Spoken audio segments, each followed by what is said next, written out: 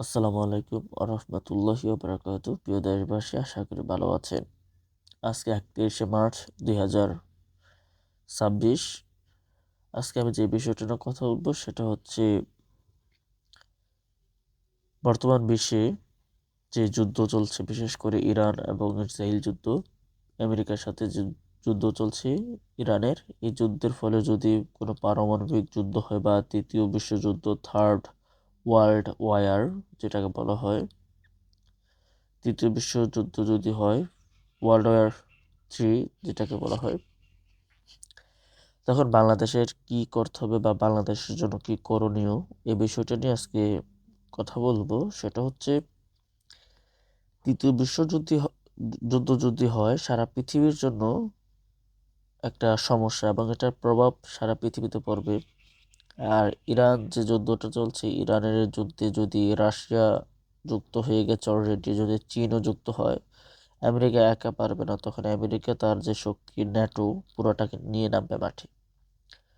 তখন এটা সারা পৃথিবীতে এটার প্রভাব পড়বে, বিশেষ করে মিডল ইস্ট এবং এশিয়াতে এটার ব্যাপক প্রভাব পড়বে। ভারত, বাংলাদেশ, পাকিস্তান, আফগানিস্তান এই অঞ্চলগুলোতে ব্যাপক মাত্রায় এটার প্রভাব পড়বে।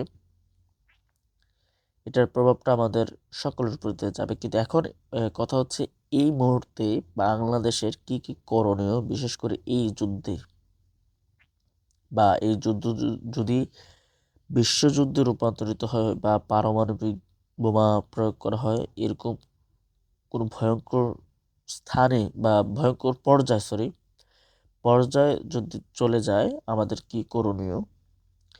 প্রথম যে কাজটা আমাদের করতে হবে, বাংলাদেশের একটা সরকার থাকতে হবে, যে সরকারটা হবে খুবই বুদ্ধিমান এবং ভালো জ্ঞানী একটি সরকার থাকতে হবে। আমাদেরটা এত বলা যায় ঢেকি ঢেকি গভর্নমেন্ট। এখন যে সমস্যাগুলো তৃতীয় বিশ্বযুদ্ধ বা পারমাণবিক বোমা ফেললে হবে, প্রথম যেটা হবে যোগাযোগ। সারা পৃথিবীতে সকল ধরনের যোগাযোগ অফ হয়ে যাবে। তখন মানুষের করণীয় কি?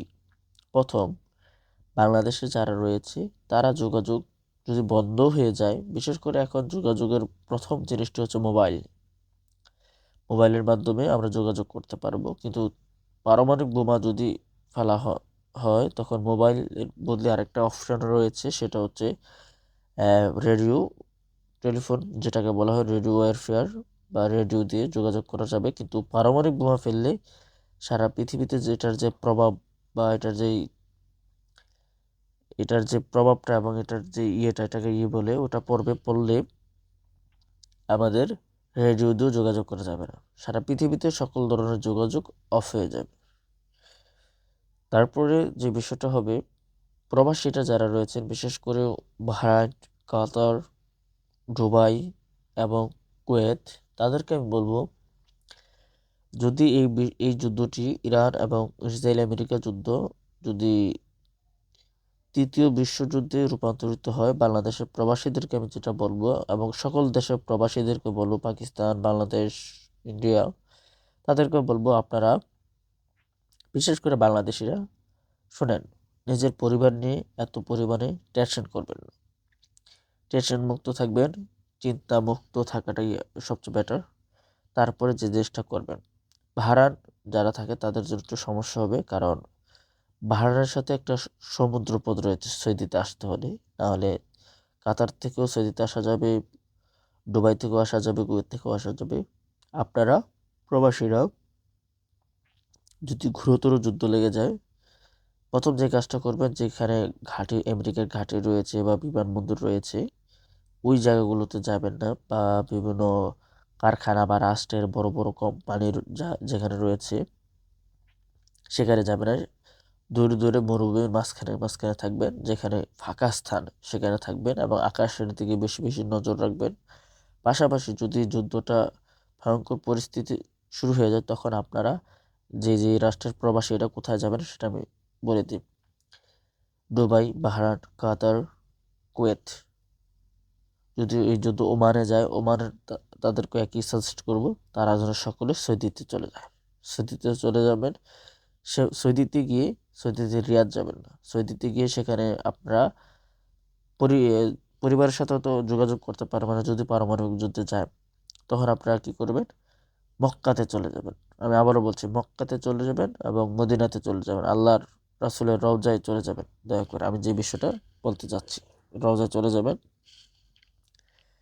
এবং সৌদি আরবের যারা প্রবাসী রয়েছেন, আমাদের 40 লক্ষের মতো প্রবাসী রয়েছে সৌদি আরবে, তাদেরকে বলছি আপনারা মক্কা মদিনার সাইডে চলে যাবেন। ওটা হচ্ছে আল্লাহর তরফ থেকে সবচেয়ে নিরাপত্তা, আল্লাহ ওইখানে সবচেয়ে বেশি নিরাপত্তা দান করবেন, ওইখানে চলে যাবেন। তারপরে আসেন আমরা বাংলাদেশের পরিস্থিতি নিয়ে কথা বলি। বাংলাদেশে যদি তৃতীয় বিশ্বযুদ্ধ হয়, এটার অনেকগুলো প্রভাব পড়বে। যদি পারমাণবিক যুদ্ধ হয়, এটার একটা প্রভাব পড়বে।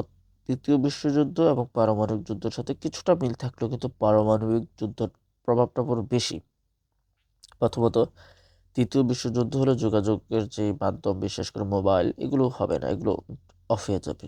এক নাম্বার। নাম্বার টু, ব্যাপক খাদ্য সংকট পড়বে। নাম্বার থ্রি, তেল গ্যাস জ্বালানি যেটা রয়েছে বাংলাদেশের, বিশেষ করে এখন তো তেল গ্যাসের ব্যাপক সংকট চলছে, তখন এই সংকটটা আরো বেড়ে যাবে। এমন হতে পারে বাংলাদেশে 0% তেল বা গ্যাস হতে থাকতে পারে। কারণ যদি বাংলাদেশে এই জিনিসটা নিজের দেশ থেকে তৈরি করে বা কোনো খনি তেল গ্যাসের যে খনি রয়েছে, খনি থেকে যদি আনে তাহলে ভালো কথা। তেল এবং গ্যাসের দাম দাম বেড়ে যাবে। সোজা কথা বলতে, তেল গ্যাস প্রাকৃতিক সম্পদ এগুলো আমরা পাবো না, যেগুলো বিদেশ থেকে আমরা আমদানি করি। যেগুলো আমরা বিদেশ থেকে আমদানি করবো, বিদেশি নির্ভর, এগুলো আসবে না। তারপরে যদি তৃতীয় বিশ্বযুদ্ধ লাগে, অর্থনৈতিক ব্যাপারে ধাক্কা খাবো, এবং এটার প্রস্তুতিটা এখনই নেওয়া উচিত। সরকার নেবে না, কারণ এটা এই সরকার নিতে পারবে কিনা আমরা জানি না। তারপর আমাদের যে কাজটা করতে হবে, প্রথমত ডলার, আমাদের দেশে সম্ভবত 34+ বিলিয়ন ডলার রয়েছে, রিজার্ভ রয়েছে। আমরা এই রিজার্ভটাকে ভেঙে ফেলতে হবে। তৃতীয় বিশ্বযুদ্ধ লাগলে বা পারমাণবিক কোনো যুদ্ধ হলে, নিউক্লিয়ার ওয়েপেন্স দিয়ে যদি কোনো যুদ্ধ হয়, তাহলে এই ডলারের কোনো মূল্য থাকবে না। এই ডলার আপনি কিছু লাভ হবে না। এখন এই সরকারের উচিত আগামীতে তৃতীয় বিশ্বযুদ্ধ এবং পারমাণবিক হামলা হলে পৃথিবীতে যে প্রভাবগুলো পড়বে, এগুলো নিয়ে এখনই মোকাবেলা করার। প্রথম যে কাজটা করতে হবে, ডলারগুলো আউট করতে হবে। ডলার দিয়ে বেশি বেশি অস্ত্র ক্রয় করতে হবে, এবং তেল গ্যাস যেগুলো বিদেশ থেকে আমরা আমদানি করি, ওইগুলো আমাদের বেশি বেশি করে ক্রয় করে কমপক্ষে 3 থেকে 4 বছরের জন্য, সর্বোচ্চ 5 বছর নেন। আমি বলবো, আমি যদি থাকতাম 10 বছর নিতাম। তো 5 বছরের জন্য রিজার্ভ করেন। বিশেষ করে তেল, গ্যাস, অকটেন, মানে জ্বালানি সম্পদ যেটা বলে, তেল, গ্যাস, অকটেন, ডিজেল যা আছে, এইগুলো 5 বছরের জন্য রিজার্ভ করে। তারপরে যে জিনিসটা করতে হবে, আমাদের খাদ্যের সবচেয়ে বড় একটা সংকট হবে। এই খাদ্য সংকটটা কাটানোর জন্য আমরা বিভিন্ন রাষ্ট্র থেকে ব্যাপক পরিমাণে খাদ্য আনতে পারে, এনে এটাকে মজুত করতে পারে। তারপর মেডিসিন, এটা করতে হবে। এবং তৃতীয় বিশ্বযুদ্ধ লাগলে বা বিশ্ব পারমাণবিক হামলা হলে, তৃতীয় বিশ্বযুদ্ধ রাখলে বাংলাদেশের যে বিমানগুলো রয়েছে বাংলাদেশই থাকবে। ভারত ভারত পাকিস্তান বা কোনো মিডল ইস্টে যেতে পারবে না। আর পারমাণবিক কোনো হামলা হলে কোনো ধরনের বিমান আকাশে উঠতে পারবে না। এটা আমি আপনাদেরকে আগে আগে বলে দিচ্ছি, কোনো ধরনের বিমান আকাশে উঠতে পারবে না। কারণ আকাশে উঠতে হলে বিমানের যে সিগন্যাল বা বিমানের যে জিনিসগুলো প্রয়োজন, সেগুলো থাকবে না। তারপরে বাংলাদেশের ক্ষেত্রে যে জিনিসগুলো এখন জরুরি করা, আমাদের যেহেতু দেশ অনেক বড়, আমাদের ডলারগুলো ভেঙে বেশি বেশি প্রয়োজনীয় জিনিসগুলো আমদানি করা এবং রিজার্ভ করা, এবং ওষুধপত্র বেশি জোগাড় করে রাখা বা রিজার্ভ করা, এবং মানুষকে ট্রেনিং দেওয়া। কিরকম ট্রেনিং? মানুষ যখন বিশ্বযুদ্ধ হবে, তখন তেল গ্যাস যদি না থাকে বাংলাদেশে, গাড়ি ঘোড়া যদি না চলে, মানুষ কীভাবে চলবে? মানুষকে সাইকেল কেনার জন্য আগ্রহ দেখানো, বা সৌর প্যানেলের বিদ্যুৎ করা এবং বিদ্যুৎ তৈরি করা। আমি মনে করি বাংলাদেশের প্রাকৃতিক যে সম্পদ রয়েছে, এটাকে ইউজ করে, প্রকৃতিকে ইউজ করে বিদ্যুৎ তৈরি করা, এটাকে আমি সাজেস্ট করব বাংলাদেশের। তারপর যে জিনিসটা আমি বলবো, সেটা হচ্ছে খাদ্য মজুতের কথা তো বলেছি, খাদ্য মজুত সহ আরও যা যা আছে সেগুলো করা উচিত। এবং ঘোড়া ঘোড়া ক্রয় করো, যেগুলো ঘাস টাস খাবে, এগুলো তেল গ্যাস লাগবে না, এবং মানুষকে তেল ছাড়া খাবার খেতে হবে এবং মানুষকে অল্প খাবার খেতে হবে। যখন বিশ্বযুদ্ধ লেগে যাবে, পারমাণবিক বোমা হামলা হবে, তখন মানুষের মূল কাজটা হচ্ছে পেট ভরে না খাওয়া। এক নাম্বার, আপনি নিজে খান, অন্যকে খাওয়ান, অন্যকে বাঁচান। কিভাবে খাবার খাবে আমি খাবার হিসাবে সাজেস্ট করব, কিছু চাল, কিছু পানি এবং কিছু একটু লবণ দিয়ে জাউ, যেটাকে বলা হয় জাউ, এই জাউ খাওয়া বা এরকম ধরনের খাবার মজুত করে রাখা, যেন মানুষ খাবার খেয়ে বেঁচে থাকতে পারে। এবং বিভিন্ন গাছালি রয়েছে, কলা গাছ রয়েছে, বা যখন মানুষের পেটে ক্ষুধা লাগবে তো কলা গাছই মানুষ খাওয়া শুরু করবে। এটা সত্য, চিরসত্য একটা কথা। যারা প্যারা কমান্ডো ট্রেনিং নিয়েছে তারা এটা ভালো করে জানে। তারপরে বিভিন্ন গাছপালা এগুলো মানুষ খাওয়া শুরু করবে। এবং আমি মনে করি বাংলাদেশের যেহেতু 20 কোটির উপরে জনগণ, আমরা একটা খবর পেয়েছি যে বাংলাদেশে 40 কারোর জনগণ হতে পারে। এটার কতটুকু সত্য আল্লাহ ভালো জানে, কিন্তু 35 কোটিও হতে পারে, সঠিক জনগণ বলা যায় না। ভোটারের প্লাস এখন যে তরুণ বাচ্চারাও রয়েছে, যারা যারা এখনো কোনো ভোটার হয়নি বা এরকম এরকম অনেক মানুষ রয়েছে, এই সব মিলিয়ে 35 কোটির কাছাকাছি হয়ে যাবে, 35-40।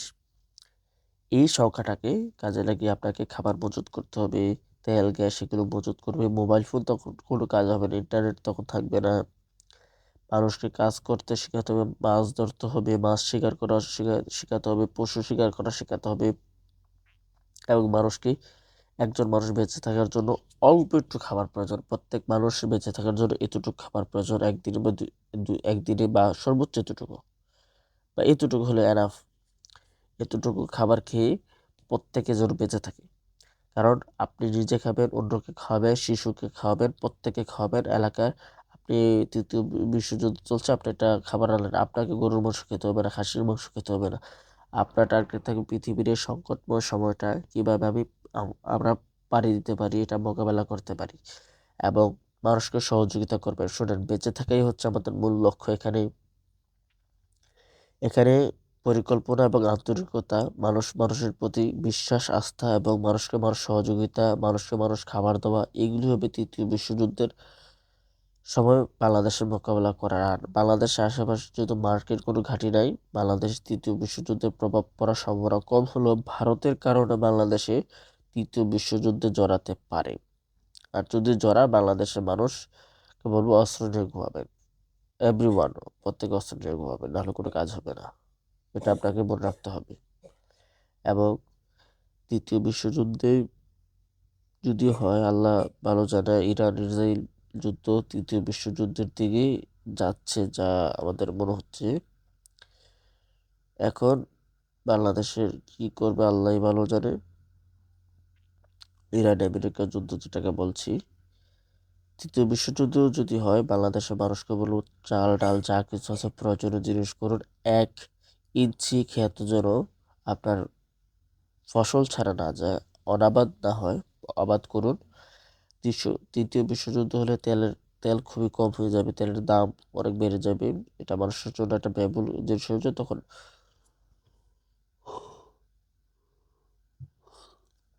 তখন আপনারা গিয়ে খাবার খাবেন যেগুলো তেল ছাড়া। যাও, আমি যেটা সাজেস্ট করি, যাও রুটি একটু পানি দিয়ে গুলবেন, আগুনে পুড়ে ফেলবেন। বা আগেরকার দিনের মানুষটা একটা খাবার খেত, গোল্লা, এই আটা বা গমের, এগুলো পানির সাথে মিক্স করে গুল গুল পানি আগুনে ফেলে দিত। পরবর্তী এগুলো খেতে, এইভাবে খাবার খেতে হবে। এবং বিশ্ব একটি সংকটময় মুহূর্তে যাচ্ছে এবং বাংলাদেশের প্রত্যেকটা মানুষকে কাজ করতে হবে। আর এখন যে সরকারের রিজার্ভে যে $34 বিলিয়ন প্লাস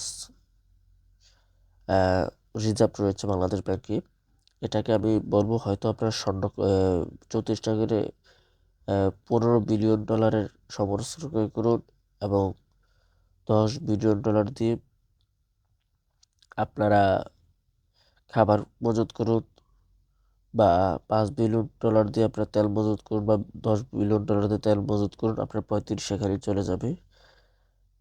তারপরে যদি থাকে ভবিষ্যতে বাংলাদেশের যদি অর্থনীতি চাঙ্গা থাকে, তাহলে বা প্রবাসী আয়টা আসে, যুদ্ধকালীন সময় যদি টাকা পয়সা আসার সম্ভাবনা নাই, যদিও আসে, সেটা দিয়ে আপনারা দেশ চালাবেন বা স্বর্ণ ক্রয় করবেন, প্রাকৃতিক সম্পত্তিটা ক্রয় করে রাখা উচিত।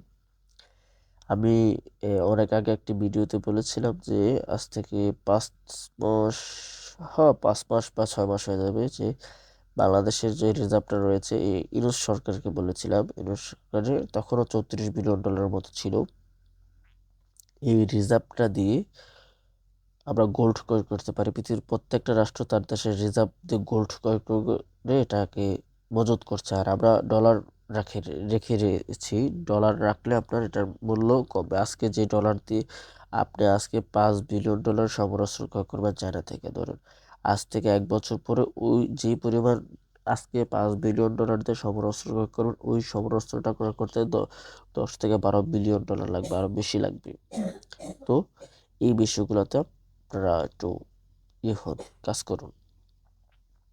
আর বাংলাদেশের জন্য আমি বলতে চাই, এই যুদ্ধকালীন সময় সারা পৃথিবীতে মানুষের প্রতি শ্রদ্ধা, সহনশীলতা এবং সহযোগিতার হাত বাড়াবেন। সবচেয়ে বড় কথা হচ্ছে সহযোগিতা, এবং মানুষকে খাবার দেবেন। আপনি যদি যুদ্ধকালীন সময় খাবার খান, আপনার বাড়িতে একজন ক্ষুধার্ত মানুষ আছে, তাকে একটু খাবার দেবেন।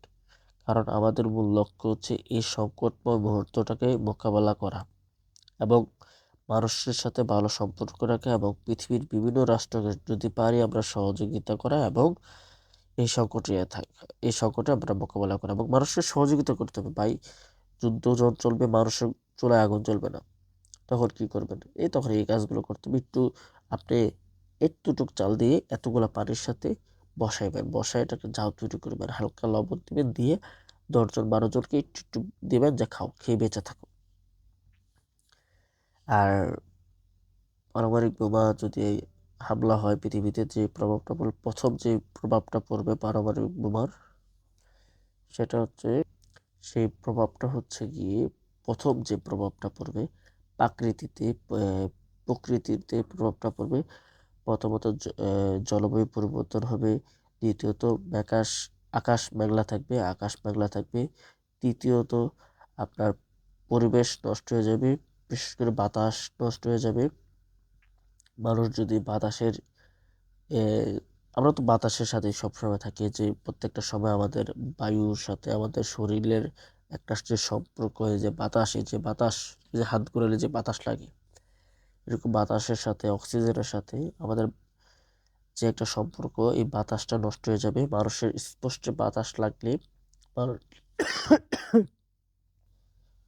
যদি বাতাস আপনার স্পর্শ হয়, তাহলে আপনার ত্বক জ্বলে যাবে, বা এই বাতাস নাকের সাথে যদি আপনার ভিতরে যায়, আপনার মৃত্যু হতে পারে। তো সবসময় আল্লাহর উপর ভরসা রাখবেন। সবচেয়ে বড় কথা হচ্ছে আল্লাহ সংকটময় সময় আল্লাহ আপনাকে হেফাজত করবে। আল্লাহর উপর ভরসা রাখবেন। এবং তৃতীয় বিশ্বযুদ্ধ শুরু হওয়ার সম্ভাবনা খুবই বেশি। বাংলাদেশ প্রস্তুত থাকতে হবে। এই যুদ্ধে অনেক ক্ষতি হবে, বিশেষ করে ভারতের অনেক ক্ষতি হবে। পাকিস্তানও জড়াতে পারে, বাংলাদেশ যেন না জড়ায়। দেখবেন বাংলাদেশের দিকে। এবং আমার শরীরটা খুবই প্রচন্ড খারাপ, তো কথা বলতে পারতেছি না। বাংলাদেশ যেন এই যুদ্ধে না জড়ায়। আল্লাহ জানে, হয়তো জড়াতে পারে। ভারত জড়ালে বাংলাদেশ জড়াবে। ভারত মাইর খাবে, এটা সত্য, ভারত মাইর খাবে। এবং হতে পারে এই যুদ্ধে মুসলিমদের উপর জিহাদ ফরজ হয়ে যেতে পারে, গজওয়াতুল হিন্দ, আল্লাহ ভালো জানে। যুদ্ধের জন্য আপনারা প্রস্তুত থাকেন, ঠিক আছে? দোয়া করি সবার জন্য।